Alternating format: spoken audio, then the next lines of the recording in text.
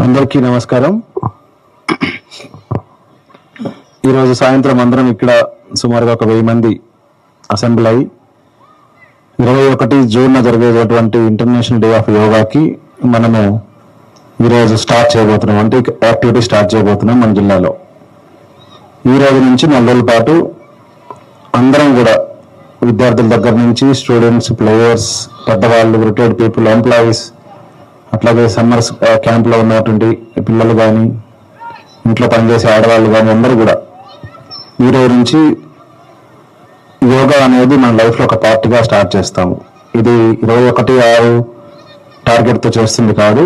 దీన్ని ఇలా కంటిన్యూ చేసుకుంటూ మన లైఫ్లో యోగా ఒక పార్ట్గా తయారు చేసుకొని మనం ఎంత చేయగలిగితే అంత. ఇందాక గురువు గారు చెప్తున్నప్పుడు మీరు ఎంత చేయగలిగితే అంతే చేయండి. కంపల్సరీగా ఇప్పుడు వీరు చేసినట్టుగా మనం చేయలేకపోవచ్చు.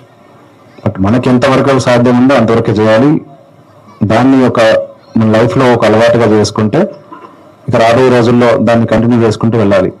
ఇదేదో 1 month కోసమో లేకపోతే ఏదో ఈవెంట్ దృష్టిలో పెట్టుకొని చేసింది కాదు.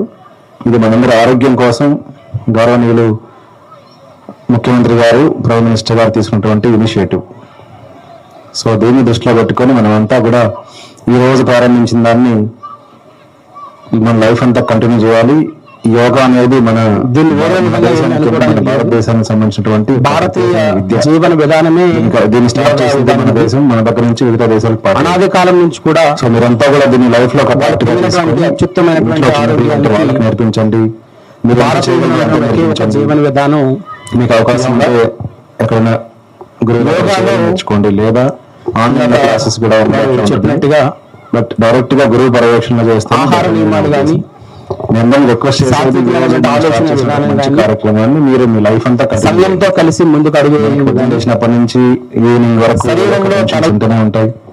అందరికీ ఉద్యోగస్తులుగా ఎవరికైనా వారి స్థాయికి తగ్గట్టు వాళ్ళకు ఉన్న సమస్యలు వాళ్ళకు ఉంటూనే ఉంటాయి. కానీ రోజు